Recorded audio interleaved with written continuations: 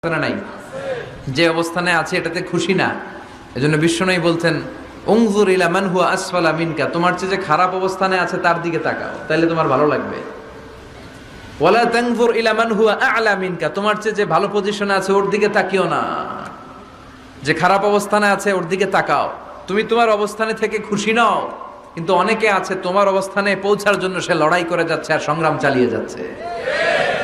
তোমার জায়গাটাতে পৌঁছা, যেই জায়গায় বসে তুমি আল্লাহরে গালি দাও তোমার ভাল লাগে না, ওই জায়গাটায় আসা বসা অনেকের কাছে স্বপ্ন, অনেকের কাছে স্বপ্ন। শেখ সাদি রাহিমাহুল্লাহ, ওনার একবার আর্থিক দৈন্যতা যাচ্ছিল।